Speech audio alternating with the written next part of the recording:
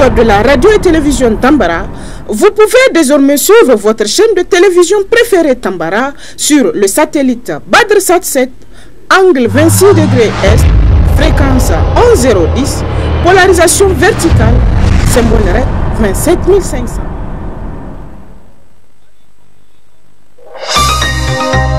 Suivez le journal avec STM Transport Voyageurs. Une nouvelle façon de voyager.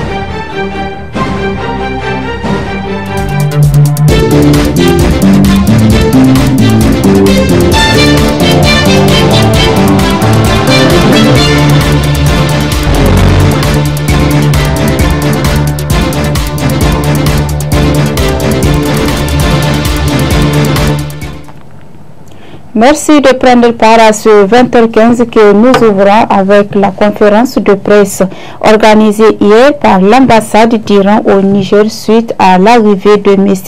Ali Bagheri au Niger. Le compte rendu avec Zainabou Gagara. Cette conférence de presse organisée à l'honneur du secrétaire général des affaires politiques du ministère des Affaires étrangères de la République islamique d'Iran au Niger en mission, une mission qui rentre dans le cadre de la coopération Niger-Iran qui existe depuis 4 décennies. در میان کشورهای آفریقایی جمهوری اسلامی ایران اهمیت ویژه‌ای رو به مناسبات Parmi les pays africains, la République islamique d'Iran attache une importance particulière à la République du Niger. L'activité de 4 décennies de l'ambassade de la République islamique d'Iran dans la capitale du Niger, Niamey, montre et manifeste bien cette importance particulière qu'attache mon pays à la République du Niger. Les deux pays musulmans, à savoir l'Iran et le Niger, ont eu de très bonnes relations pendant les dernières décennies.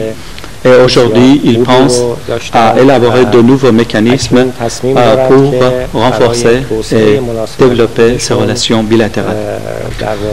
Pendant ces 2 jours de mon séjour, de ma visite en République du Niger, j'ai eu de nombreuses réunions avec les autorités et les responsables nigériens, à savoir l'honorable ministre des Affaires étrangères et l'honorable ministre de l'Intérieur et bien d'autres responsables des secteurs économiques de la République du Niger.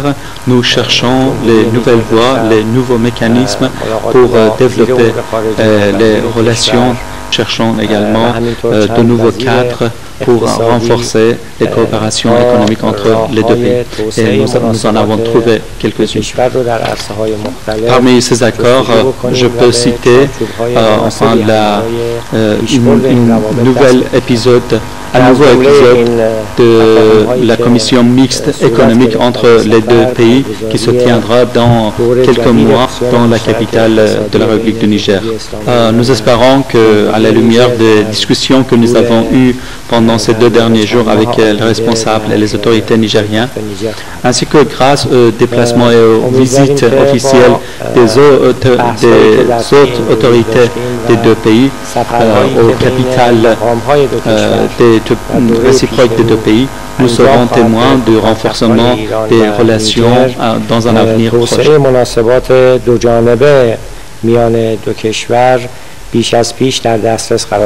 Cette relation bilatérale montre combien important cette coopération, ce qui renforce davantage la coopération Niger-Iran tout en contribuant à leur développement économique. Je vous invite à présent à suivre Al-Haji Maniou Lawali, directeur régional des transports de Tawa, qui fait les points de réalisation de leurs activités et leur situation. Une occasion saisie aussi par celui-ci pour présenter ce vœu de nouvel an aux usagers du transport. Les différentes activités que nous menons, ce sont d'abord les immatriculations et réimmatriculations de véhicules. les examens de permis de conduire, les visites techniques des véhicules et maintenant les actions de sensibilisation sur la sécurité routière. En ce qui concerne cette année 2020, l'année qui vient de s'achever, 2022, et en termes de réalisation, nous avons d'abord eu un dépôt des candidats, nouveaux dossiers, de 4822, à la fin donc des opérations des examens de permis de conduire, il y a 4169 qui sont déclarés admis cette année. En ce qui concerne les cartes grises, nous avons réceptionné 1804 dossiers, dont 1300 pour les nouveaux dossiers et à réimmatriculation 436 dossiers.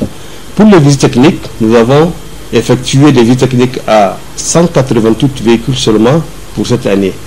Maintenant, nous revenons pour les accidents de circulation routière que nous recevons des informations avec la gendarmerie et la police. Au niveau de ces institutions, donc un total de 1274 accidents ont été collectés, dont malheureusement il y a eu 176 tués, et 507 blessés graves et 822 blessés légers, et enfin 247 dégâts matériels que nous avons pu avoir avec les deux institutions, c'est-à-dire les deux corps. Donc voilà, en résumé, ce que nous pouvons dire pour l'année 2022 qui vient de finir. La collaboration est parfaite. Nous demandons à chaque instant la situation des accidents de circulation routière, donc l'offre ne s'est jamais fait attendre. C'est l'occasion que vous me permettez pour rappeler donc, le permis biométrique qui a commencé à se faire voir ici au Niger en 2019.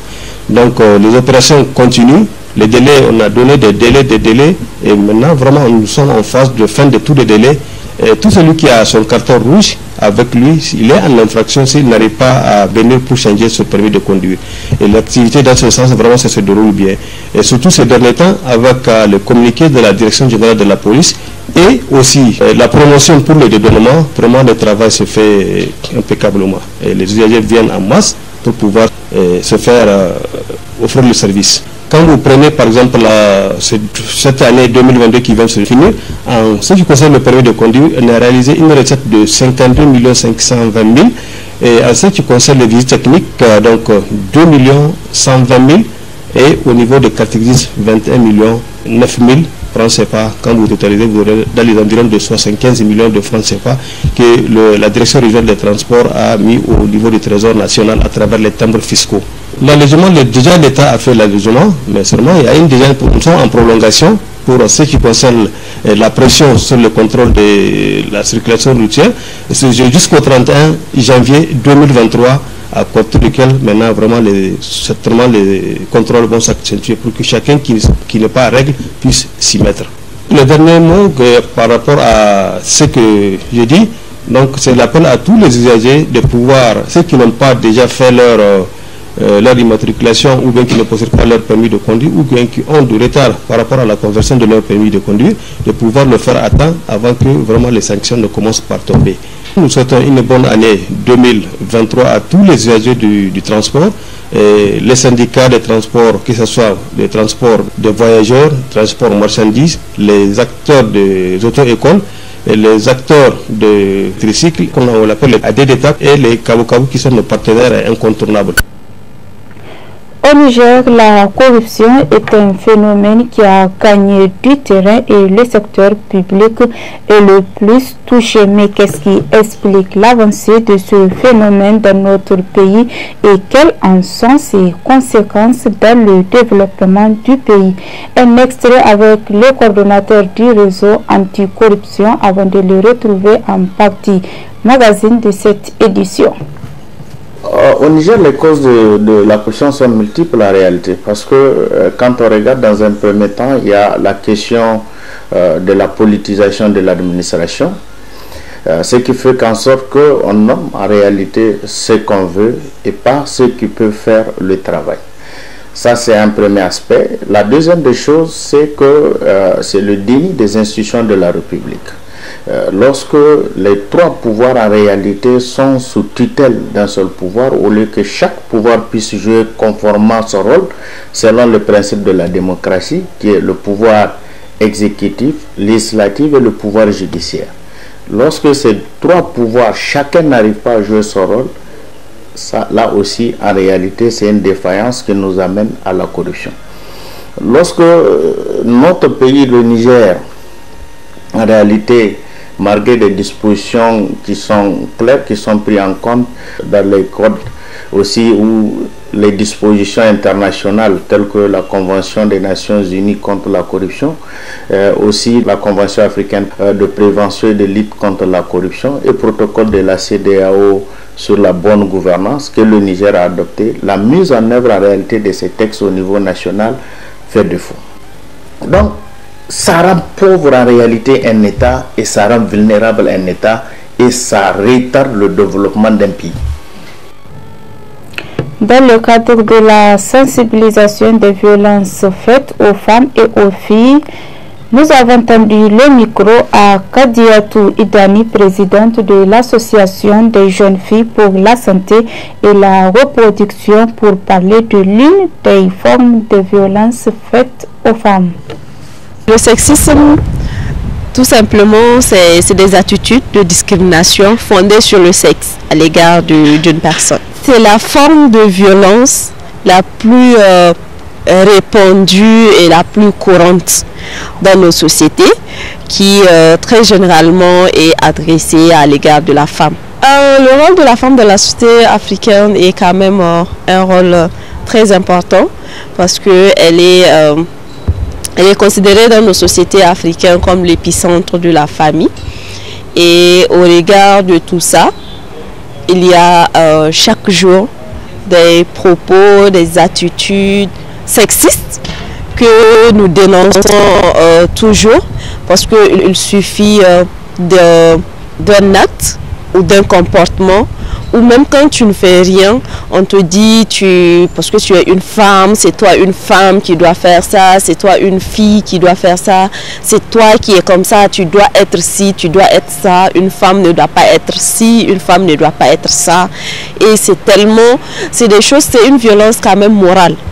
C'est une violence morale et psychologique qui aujourd'hui a des conséquences, joue énormément sur l'estime de soi, la confiance en la femme et tout, et qui souvent l'amène à douter de sa propre personnalité ou ne pas s'affirmer par peur justement de ces critiques et propos sexistes à son endroit. Il ne faut pas se taire face à des propos sexistes.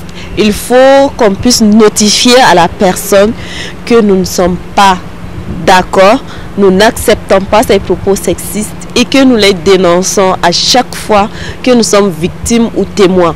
Parce que souvent, ce que j'étais en train de dire, on est dans une société patriarcale qui a fait en sorte que à des moments, il y a des propos sexistes que nous pensons que c'est normal. Nous l'acceptons malgré que ça nous fait mal. Et il y a des femmes qui sont victimes de ça mais ne savent pas que c'est des propos sexistes, bien qu'elles ont mal. Donc quand on va dénoncer, le fait de dénoncer, c'est une façon également de sensibiliser les autres pour qu'elles ne puissent pas l'accepter, pour qu'elles puissent se départir de ça.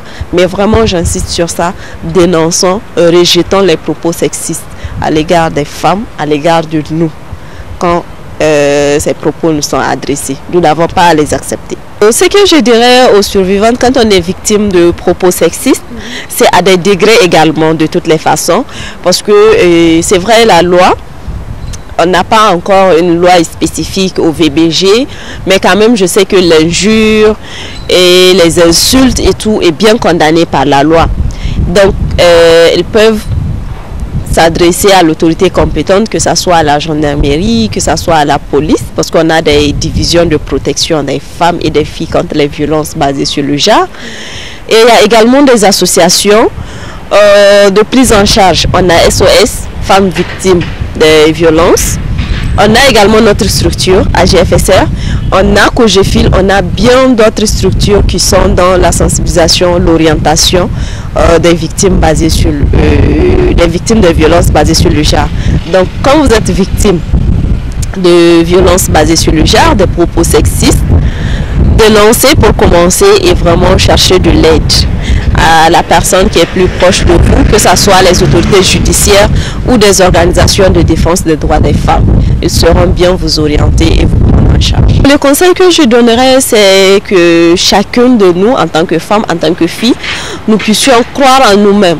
Nous puissions développer l'estime de soi et que nous puissions vivre ce que nous voulons vivre, la vie que nous voulons vivre, se battre pour nos rêves et savoir que la vie de l'autre ne doit pas conditionner notre bien-être à nous. Ça doit être vraiment secondaire. On vit en société, oui, les gens peuvent toujours raconter ce qu'ils ont envie de raconter, mais il faudrait que nous soyons à mesure de prendre ce qui nous intéresse dans ce que eux ils disent, ce qui ne va pas nous détruire intérieurement pour construire sur la personne que nous sommes, mais ne pas conditionner notre existence par ce que les autres pensent. Ça nous fera vraiment avancer et moins mal. Le problème d'insalubrité à Niamey est un phénomène qui préoccupe plus que jamais la population, car d'une ou d'autre part, c'est une cause qui porte atteinte à la santé de la population. Autre précision dans ce reportage. La ville de Niamey, pour s'en convaincre à sa beauté, reste dans les yeux de celui qui fait un tour dans les différents quartiers de la capitale. Un problème d'insalubrité que la population elle-même se pointe du doigt. Car il suffit de regarder de près certains comportements de la population nigérienne en général et ceux de la ville de Niamey en particulier pour s'en rendre compte des mauvaises attitudes des populations rendant la ville de Niamey insalubre, à savoir plein d'ordures dans les voies, à savoir les sachets plastiques, l'eau usée et le reste d'aliments versés sur les voies. Et ça, malgré les multiples efforts des autorités municipales de la ville de Niamey, le problème d'insalubrité persiste. Une situation qui devrait interpeller la population à s'impliquer davantage dans cette noble mission des plus hautes autorités, afin de maintenir la ville de Niamey propre. Et d'autre part, les autorités municipales doivent installer davantage des poubelles dans les rues et collecter régulièrement les déchets issus des curages des caniveaux. Place à présent la partie magazine de cette édition consacrée à une analyse du phénomène de la corruption au Niger faite par le coordonnateur du réseau nigérien anticorruption. Très bonne réception. Dans un premier temps, la corruption, pour moi quand même, c'est un fait, on le dit, c'est comme si c'est une maladie, c'est une catastrophe, comme naturelle aussi.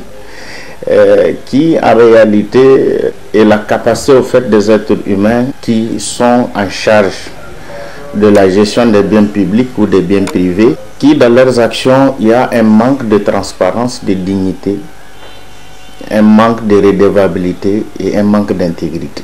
Ce qu'il faut comprendre, la corruption, c'est tout simplement un manque de transparence, de dignité, de redevabilité, d'intégrité et de professionnalisme dans toute action publique. Au Niger, les causes de la corruption sont multiples en réalité, parce que quand on regarde dans un premier temps, il y a la question de la politisation de l'administration, ce qui fait qu'en sorte qu'on nomme en réalité ce qu'on veut et pas ceux qui peuvent faire le travail. Ça, c'est un premier aspect. La deuxième des choses, c'est que c'est le déni des institutions de la République.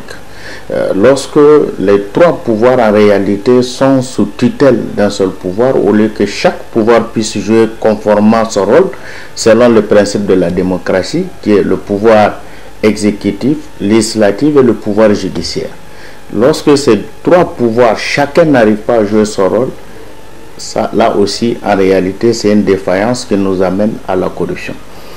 Lorsque notre pays, le Niger, en réalité, malgré des dispositions qui sont claires, qui sont prises en compte dans les codes aussi, ou les dispositions internationales telles que la Convention des Nations Unies contre la corruption, aussi la Convention africaine de prévention et de lutte contre la corruption et le protocole de la CEDEAO sur la bonne gouvernance que le Niger a adopté, la mise en œuvre en réalité de ces textes au niveau national fait défaut.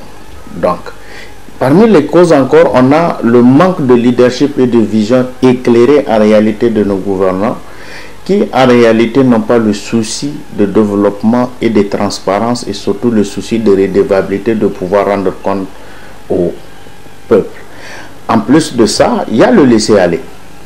le laisser aller, il y a l'injustice, l'impunité en réalité qui aggrave, surtout l'impunité en réalité qui aggrave la question de la corruption au Niger, parce que les gens vont se dire de toutes les façons, un tel a été coupable de corruption, il n'a pas été puni conformément à la loi, donc moi aussi je veux le faire. Je veux prendre des milliards, faire des transactions, et puis en réalité je sais que de toutes les façons je passerai peut-être 1 ou 3 mois à la prison, où il suffit juste en réalité d'adhérer au parti politique qui est au pouvoir, ce qui veut dire que les charges contre moi en réalité sont abandonnées.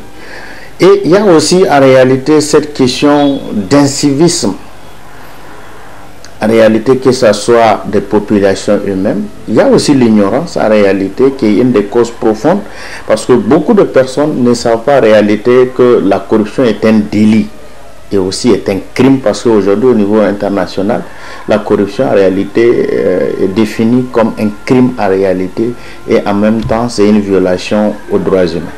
Et dans ce cas aussi il y a ce qu'on appelle la corruption forcée qu'on a aujourd'hui au Niger, où la personne ignore que c'est de la corruption, mais c'est tout simplement de l'ignorance parce qu'on l'a forcé à donner quelque chose pour avoir accès à un service public. Donc nous avons beaucoup de choses en réalité qui sont les causes dans ce pays. Les conséquences sont multiples et multiformes. La première des choses, on est en train de vivre l'une des plus graves conséquences, qui est le terrorisme. Parce que la question en réalité de terrorisme, l'une de ses conséquences c'est le terrorisme, parce qu'en réalité lorsque les institutions et l'impunité, les institutions de la République sont fragilisées, lorsque l'impunité en réalité est devenue monnaie courante dans un pays, ça permettrait en réalité d'avoir des frustrés dans un pays, d'avoir des gens en réalité qui vont essayer de prendre les choses à leur portée et de pouvoir en réalité se radicaliser, parce que c'est un processus.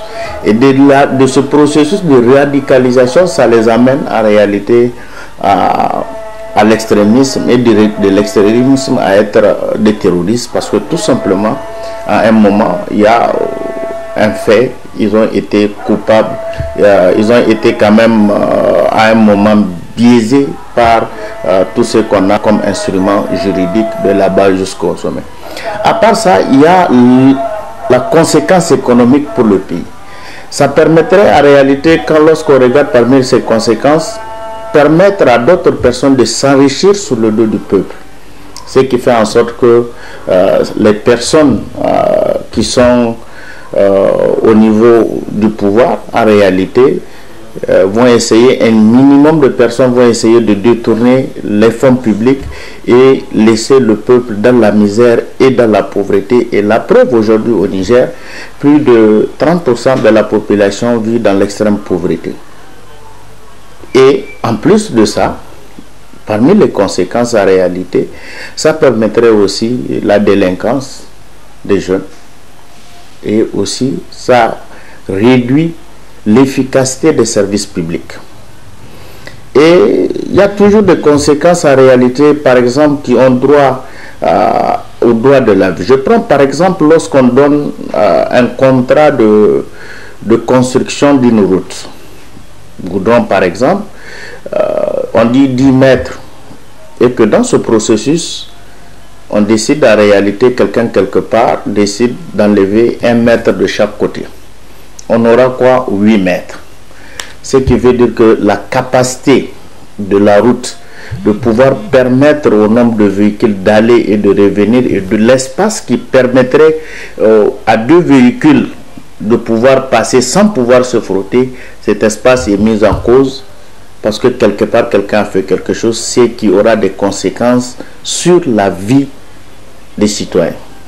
Ou lorsqu'on décide en réalité que le nombre de couches sera de 6, on enlève 2 couches, et vous savez, 2 couches ou une seule couche, si on l'enlève, c'est des milliards. Sur 50 km, c'est des milliards en réalité. Et lorsqu'on le fait, et là aussi en réalité, ça permettrait d'avoir d'un peu de temps ce qu'on appelle les nids de poules, les nids d'éléphants, et ce qui va causer aussi des accidents. Dans le domaine de l'éducation, quand on prend parmi ses conséquences, lorsque une classe est mal construite, parce que tout simplement quelque part quelqu'un a pris de l'argent, l'entrepreneur qui a pris le marché est corrompu, les contrôleurs, en réalité le cabinet de contrôle est pris en charge par l'entrepreneur parfois, là ça permettrait aussi d'avoir des classes qui, on dit que ce sont en matériaux définitifs, mais en réalité qui ont des conséquences qui peuvent tomber à n'importe quel moment et qui peuvent en réalité prendre la vie des élèves. Donc ça rend pauvre en réalité un État et ça rend vulnérable un État et ça retarde le développement d'un pays. On peut réduire considérablement la corruption, mais aucun pays à la date d'aujourd'hui n'a pu mettre fin à la corruption. Malgré des pays comme le Singapour qui sont pris en exemple dans le monde, il y a quand même toujours des petits brebis galeuses qu'on peut trouver qui peuvent échapper aussi à la loi. Donc c'est pas facile de mettre fin à la corruption, mais quand même on peut réduire ça de manière considérable. D'abord, la première des choses, à travers le leadership. Le leadership, un leadership visionnaire, ça veut dire qu'à travers quand même des autorités qui ont dans un premier temps la vision de leur peuple et qui eux aussi en réalité ont le sens de la redevabilité, de l'intégrité et le sens aussi du respect de la démocratie et de l'état de droit. Et en deuxième position, c'est le respect des institutions de la République. Lorsque chaque institution arrive à faire son travail, des institutions aujourd'hui comme la haute autorité à la lutte contre la corruption, lorsqu'ils arrivent à être autonomes, des institutions comme l'autorité de régulation des marchés publics, des institutions comme la Cour des comptes, et aussi même les trois piliers de la démocratie, par exemple le Parlement, lorsque nos députés, on arrive à avoir des députés intègres au niveau de l'Assemblée, un Parlement redevable, un Parlement transparent, qui n'est pas une caisse de résonance, ça fait en réalité parce que ça permettrait le contrôle des actions du gouvernement. Lorsque la justice devient indépendante, elle permettrait en réalité de pouvoir non seulement lutter contre l'impunité et dans ce cadre-là aussi de pouvoir en réalité sanctionner en fonction de la loi conformément au texte que nous avons. Et ce qu'il faut aussi, il faut que nous arrivons à un moment de disposer en réalité d'une loi anticorruption dans notre pays. Parce que jusqu'à la date d'aujourd'hui, le Niger ne dispose pas d'une loi spécifique à la question de la lutte contre la corruption. Il y a quand même un avant-projet de loi qui a été aussi dans le processus d'élaboration, a été accompagné par l'une des organisations membres du réseau, qui est l'Association nigérienne de lutte contre la corruption, section de Transparency internationale. Il y a cette question aussi de promotion de l'intégrité et la lutte contre la corruption politique. Lorsqu'on arrive à mettre fin à cela, ça veut dire que dans le processus d'élection, il faut que les citoyens comprennent, c'est là où le bas blesse, que les citoyens comprennent en réalité que le processus d'avoir un dirigeant responsable commence d'abord par nous-mêmes. Il faut d'abord refuser la corruption pendant les élections. Il faut choisir des dirigeants intègres de la commune, des conseillers locaux, jusqu'au président de la République. Et ce qui permettrait en réalité d'avoir un processus ou un cadre de gouvernance au niveau national qui permettrait de mieux lutter contre la corruption. L'un des piliers importants, c'est comment mettre notre système éducatif pour que ce système éducatif puisse être au rendez-vous de développement. Et en parlant de système éducatif, il y a quand même les trois volets du système qui doivent se coordonner. D'abord, l'éducation informelle que les familles font en réalité, que pour moi, en réalité, c'est même ça, l'éducation formelle, que chaque parent, en réalité, doit prendre la responsabilité de pouvoir, d'abord, dans sa famille, promouvoir l'intégrité, la redevabilité, être digne, être honnête avec ses enfants et les éduquer sur la bonne voie. Et lorsque chaque parent arrive à mieux éduquer ses enfants, à inculquer ces valeurs-là de transparence et de dignité, et lui-même en réalité qui ne donne pas à ses enfants de l'illicite, parce que nous sommes des musulmans, lorsqu'on donne de l'illicite à des enfants, les enfants vont grandir et seront demain des pires voleurs que nous-mêmes.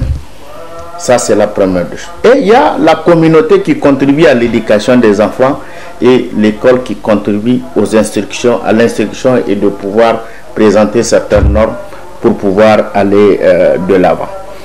Donc, il y a la question de la promotion de l'intégrité dans nos services publics.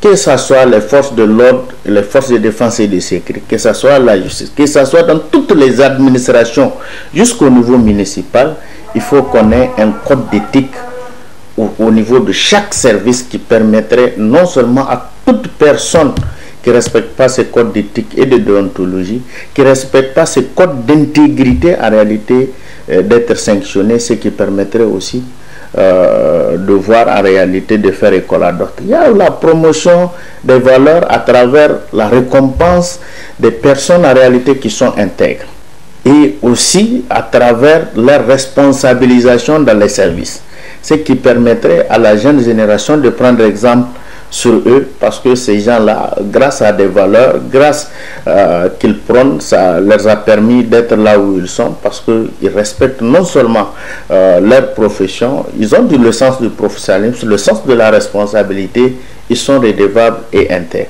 Ce qui permettrait à une nouvelle génération de pouvoir quand même être à la hauteur. Il y a l'implication de tout un chacun.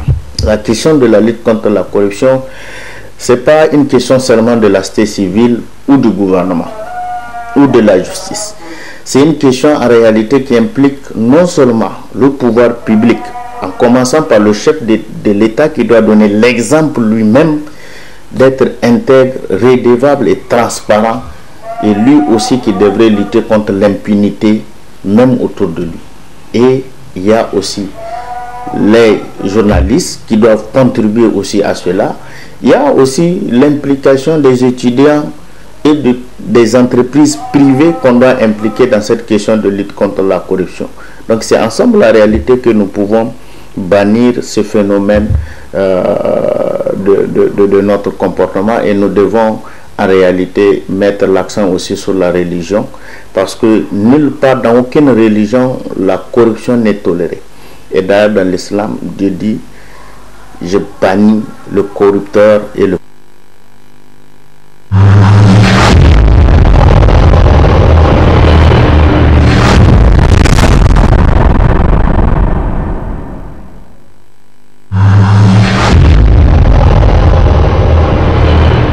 Chers auditeurs et téléspectateurs de la radio et télévision Tambara, vous pouvez désormais suivre votre chaîne de télévision préférée Tambara sur le satellite BadrSat 7, angle 26 degrés Est, fréquence 11010, polarisation verticale, symbole 27500.